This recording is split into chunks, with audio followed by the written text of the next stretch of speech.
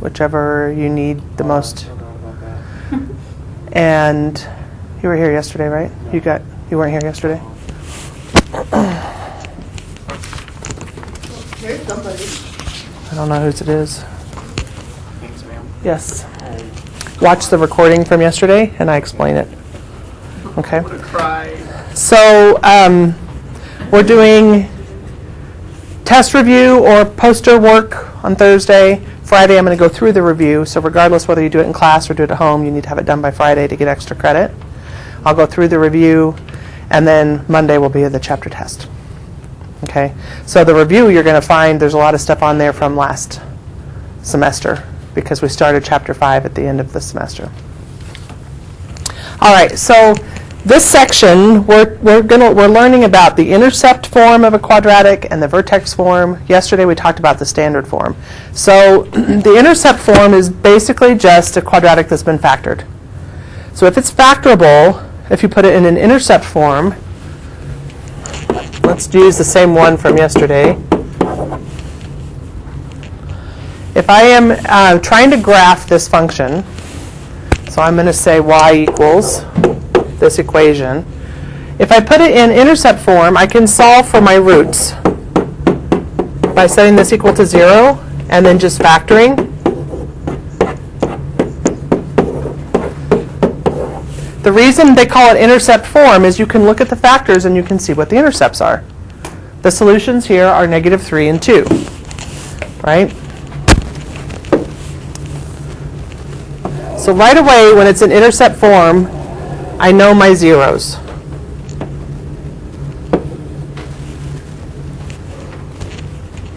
Okay, that's the thing I can get out of the intercept form, is the zeros, the roots, the intercepts. Okay, from there, though, I can also get the y-intercept, and I can also get the axis of symmetry, and I can also get the vertex. Okay, and it's a different strategy than we used yesterday. Yesterday, for us to use that negative b over 2a, it has to be in standard form, ax squared plus bx plus c. Negative b over 2a won't work in intercept form. So you have two options. You could take intercept form if you're given to you like this, and you can FOIL everything and get standard form and then go negative b over 2a. Or you can take the fact that you have the zeros and you know that the axis of symmetry is exactly in the middle of those two zeros. You can go ahead and find the midpoint. To find the midpoint, you just add the two intercepts. So actually it's this, right? -3 plus 2, and divide it by 2.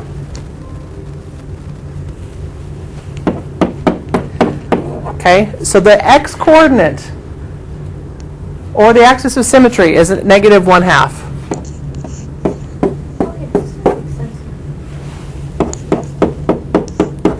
Okay, and so I know the vertex is falling somewhere on this.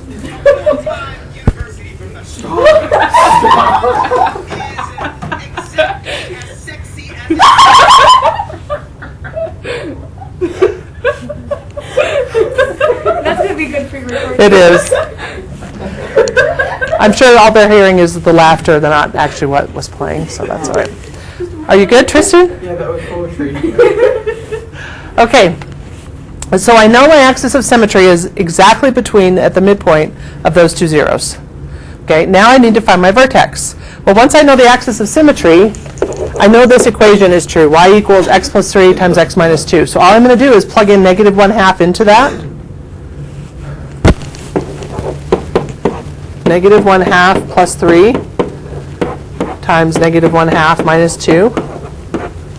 -1/2 plus 3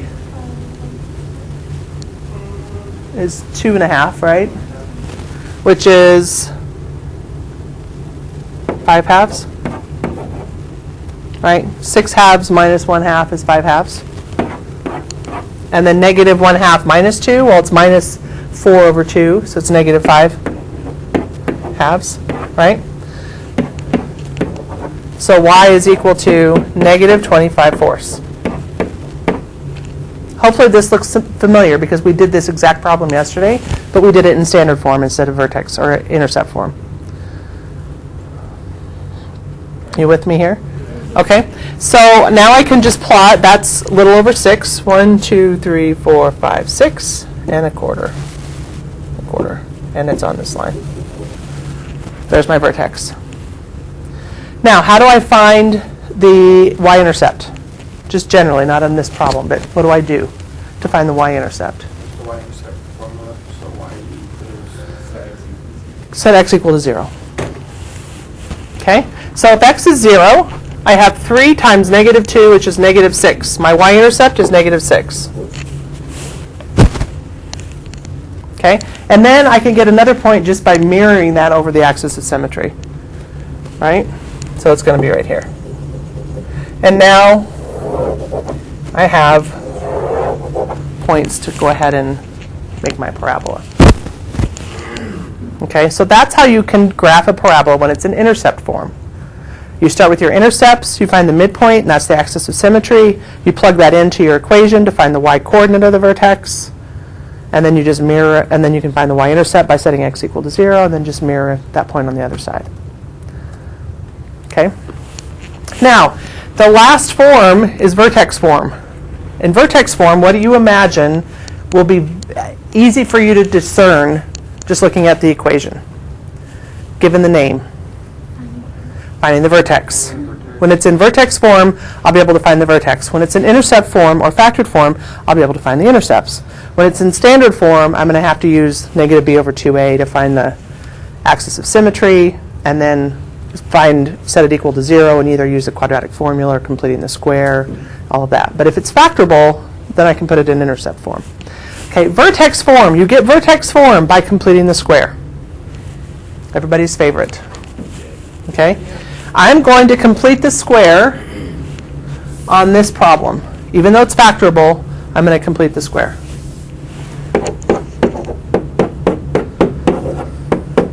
Okay? This is y equals, and when I complete the square, I'm going to just start setting it equal to 0. Remember, I add 6.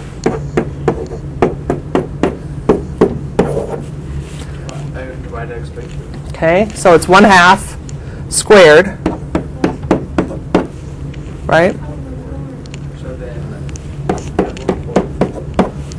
So I have x plus 1/2 squared equals 25/4.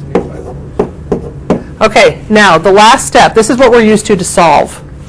But I don't want you to solve it. We're just putting it into vertex form so we can see the vertex. how do you get 25? Because this is 24/4.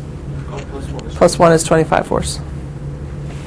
So what I'm going to do is move this back over. We had to do this on 1 or 2 of your web work problems because they wanted it in that format, right?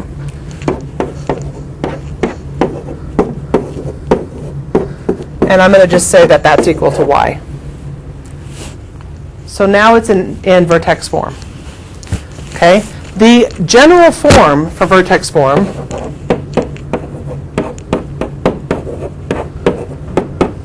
is very similar to what we learned with absolute values, except instead of straight lines, now we have parentheses and a square. Okay? So HK is your vertex. And remember when we've dealt with absolute values, because the form is x minus h, if it's x plus here, that means that h is negative. Let me say that again. Okay, because it's x minus h in the general form, when h is positive, there's a minus sign between them. When h is negative, there's a positive sign between them. Because I have a positive sign here, that means that the x-coordinate on my vertex is negative 1/2. And the y-coordinate is this number. Well, what did I get? Negative 1/2, negative 25/4. That's the x and y coordinate of the vertex. Okay? But I can just, once I complete the square and put it in vertex form, I can see the vertex right away. Okay? And then once it's in this form, to find the x-intercepts, I just set this equal to 0 and solve. So it would be this problem. Take the square root of both sides, plus or minus, to get 5/2. and then subtract 1/2 from 5/2. You know, just solving it like we've learned to do. That's how you would find the intercepts when it's in vertex form. And then to find the y-intercept, you would just put 0 in for x and solve for y. You would get exactly the same points. So I just graphed this, or gave you the points to graph this, 3 different ways. Standard form we learned yesterday. You find the axis of symmetry using negative b over 2a. That's the x-coordinate of the vertex. You plug that number in, you find the y-coordinate of the vertex, and then you solve that equation either using quadratic formula or factoring to find your intercepts, your x-intercepts. Okay? In intercept form, it's factored already, so you can see your x-intercepts right away. You can find the axis of symmetry by finding the midpoint. And then once you know that midpoint, you can plug it in and solve for the y-coordinate of the vertex. And then to find the y-intercept, just set x equal to 0 and solve for y. And to get it into vertex form, you've got to complete the square. Sometimes they'll just give you the problem in vertex form and want you to graph it from there. So you don't have to do all of this work to get there, but you need to be able to understand, if it's in vertex form, what's given to you. The vertex. Okay? It'll make more sense for me. Yep. When you do the poster, you're going to take that problem that I gave you, and you're going to factor it. So you're going to have your intercept form, and you're going to do all the work to graph it using intercept form. You're going to complete the square, and you're going to put it in vertex form, and you're going to use all the information that you need in vertex form to graph it. And then in standard form, you'll determine like negative b over 2a and graph it. So you're going to basically be identifying all the things you need to graph it 3 different ways on your poster.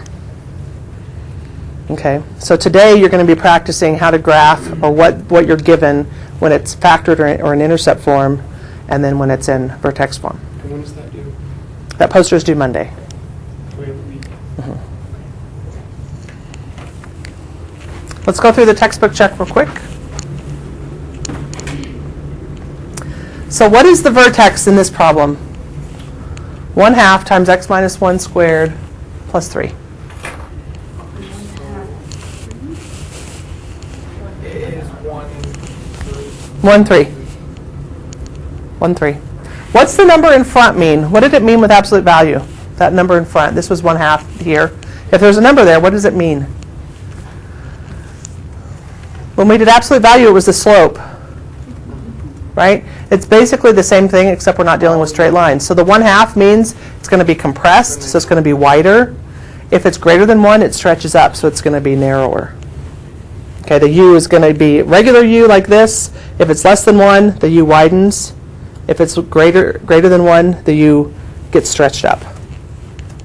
That's what that number in front means. You get your vertex from the number inside the parentheses, opposite sign, and the number outside. So it's 1, 3. Okay. What's the equation of the axis of symmetry for the following quadratic? Well, how do you find the axis of symmetry when you're given the intercepts? Use the midpoint. So what are the intercepts? My intercepts are 1 and negative 5. Negative 1 and positive 5. Remember, to find it, you set them equal to 0. So it's opposite sign. So the intercepts here are negative 1 and positive 5. Okay, to find the axis of symmetry, you just find the midpoint between these two. So I'm going to add them together and divide by 2. So this is 4/2, which is 2. So the axis of symmetry will be the equation x equals 2. Okay, find the midpoint of the intercepts. That's your axis of symmetry. Okay, question 3. What's the y-intercept of the following? 10. Yes, good. Question 4. What are the x-intercepts of the following? Negative 2, 0, and 4, 0. Yes. That's the, Negative 2040, yes. And all the videos were by James Souza? no. False. I think I got that one wrong. Yeah, I put in false. You said that. Maybe it was true then. Look, I'll have to let me pull it up. James Alpha?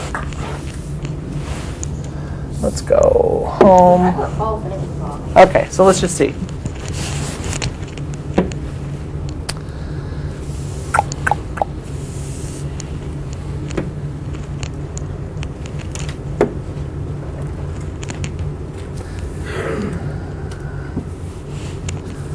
That's Sousa, Sousa, however, that one, so they were all. So that's true. All right.